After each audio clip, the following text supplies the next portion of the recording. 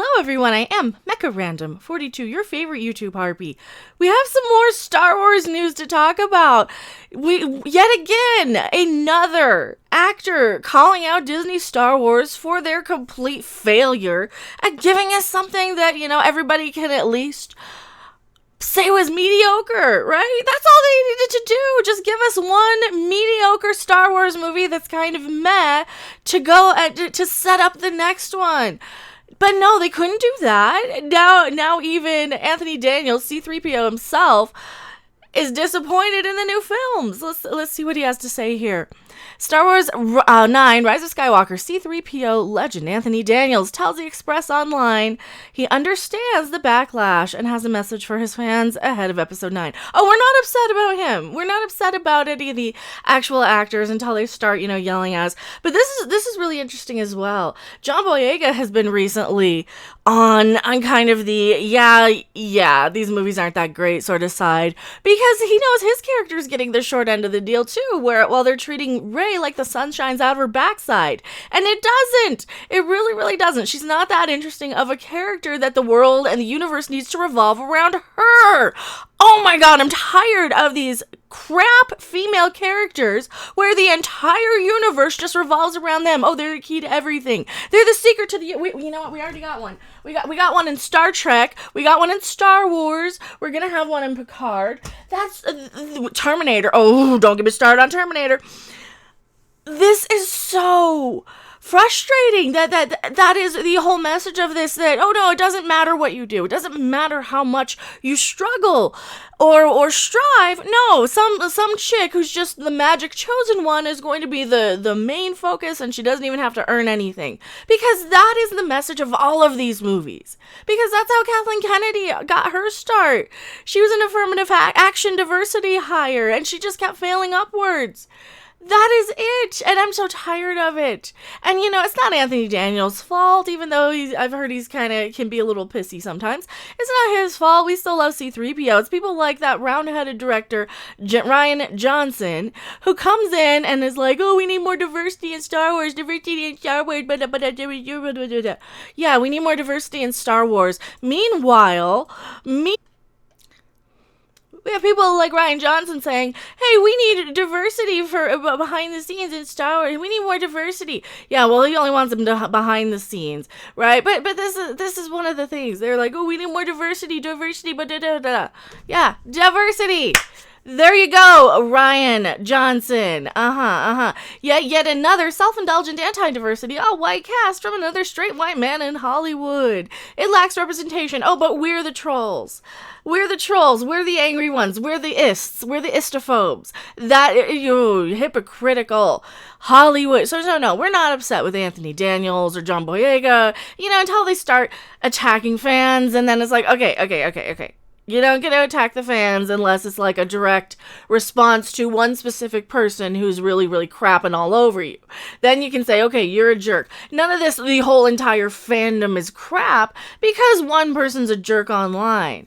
And I probably get it just as bad as these millionaires in their rich mansions.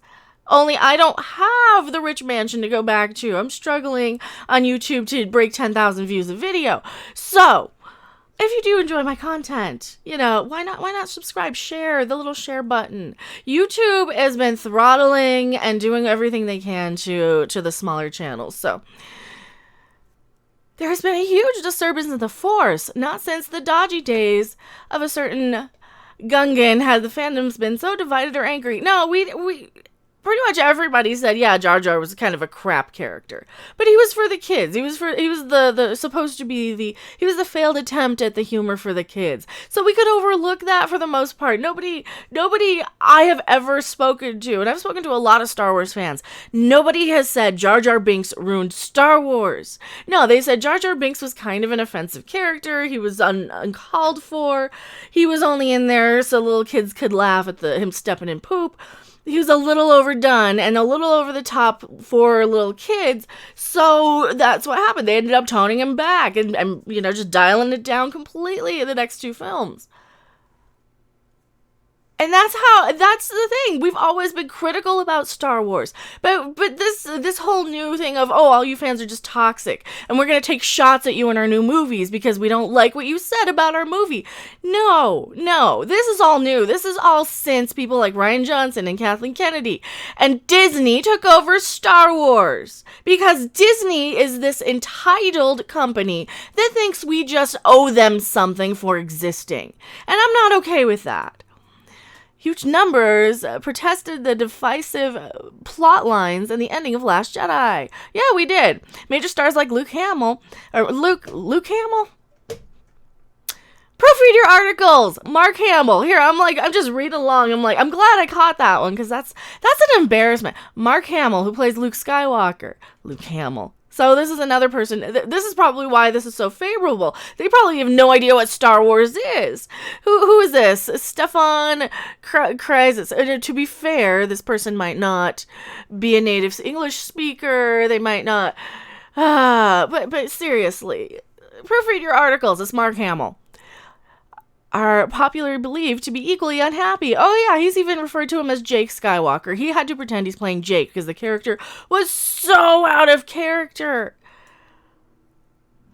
Express Online sat down with Anthony Daniels to chat about his new book, I Am C-3PO. We had to ask him about the backlash and what he thinks of The Last Jedi. The actor says, well, yes, I do understand why the fans are unhappy. It speaks to a devotion that they care so much that they mind if someone messes with it. I understand people being critical of the films. There you go. Somebody who actually is intelligent and understands that, we're not making a personal attack at them, until they start off with the, oh, you're a bunch of basement-dwelling man babies. Then it's like, okay, you round-headed motherfucker. That's to Rian Johnson, not to Anthony Daniels, of course. He has remained fairly silent until now, while stars like Mark Hamill have dropped loaded comments online and in interviews.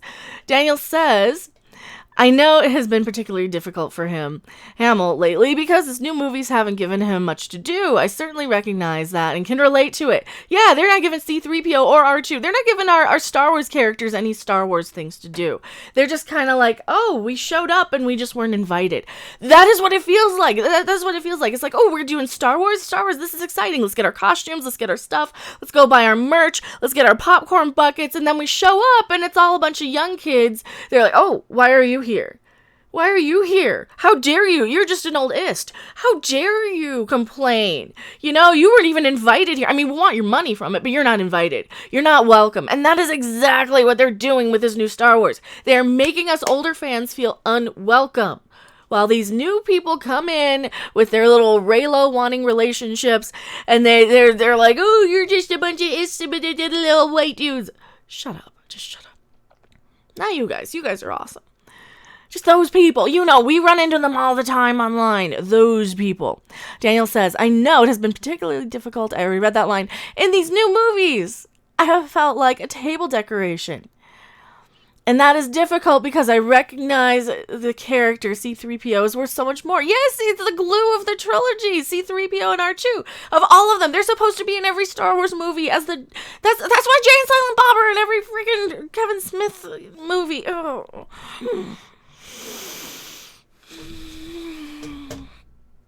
When Kevin Smith can get Star Wars right from not even in the Star Wars universe and get like a couple little nods to it right. I understand this is a whole film and not a feature about C-3PO. That's just my personal disappointment. I get paid whether or not he does anything, but it would be nice for him to have a purpose. Yes, C-3PO has no purpose in this trilogy other than to be member berries, to be nostalgia bait, to say, hey, you guys remember C-3PO? Oh yeah, I remember liking C-3PO. He's cool. That's it. That's why he's in the trailer, and that's the only time in the trailer I actually felt something for a second until I got mad that he's talking to all these new people again. Where are your friends? He's like, oh yeah, I'm taking one last look at my friends. But it's all these new assholes. It's just fucking the Mary Ray Sue, Finn and Poe. These new knuckleheads that don't matter. And then they're treating the characters that do like they don't. It's weird. It's bizarro world Star Wars. And my God, this is going to be such a tragic end to something that so many people have been have had in their lives. This is family to a lot of us, right? The actor also confesses not being too thrilled with his time working on the divisive prequel trilogy. It was certainly a bit weird in the prequels, but I accepted the storylines were very different. I was glad to be there, although they weren't that much fun to do. Well, the prequels were self-indulgent CGI, George Lucas stuff. We can kind of forgive it. At least the prequels felt like Star Wars.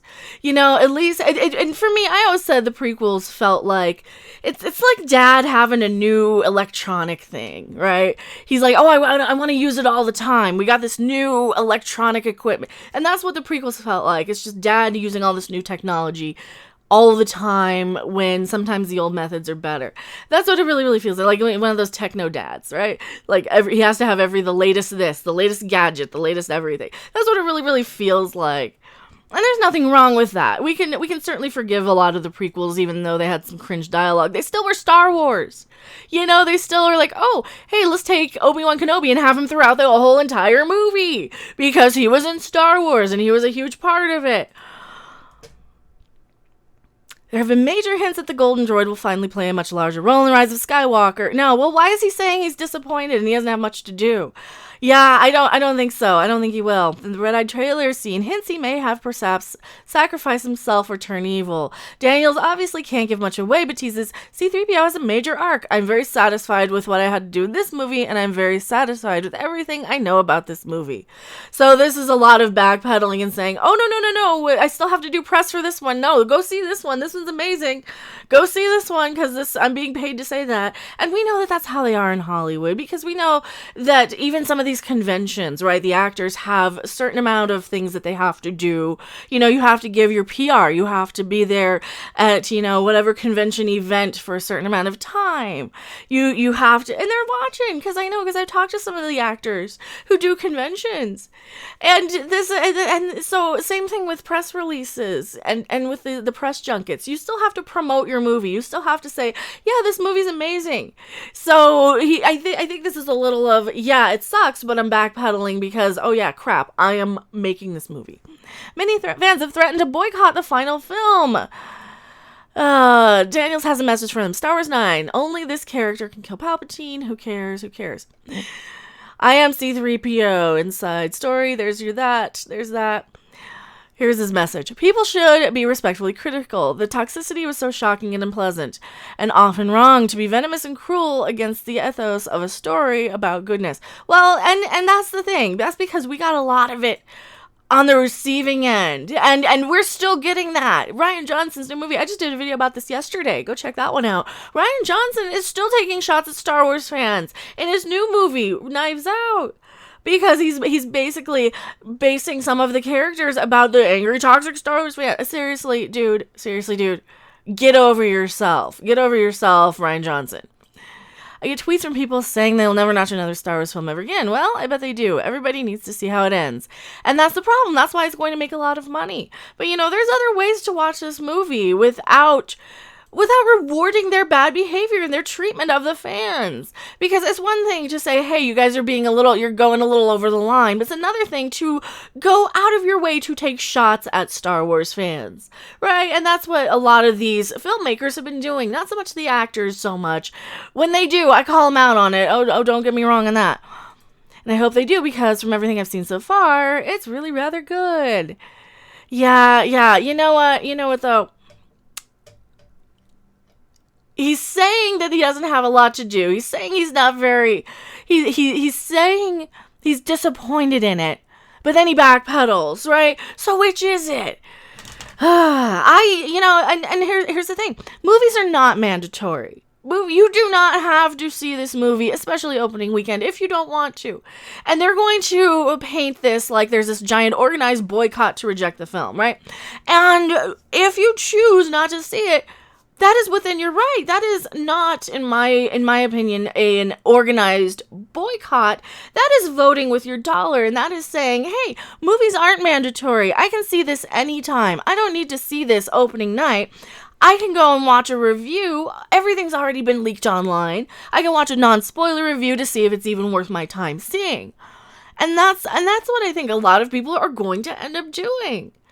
Because movies are not mandatory. I've been trying to start the hashtag. Movies are not mandatory. Hashtag movies are not mandatory. We don't have to see anything Hollywood. Thank you very much, right? Tell me what you guys think in the comment section below. I am Mecha Random 42, and I will see you guys on the next video, live stream, or wherever. Bye!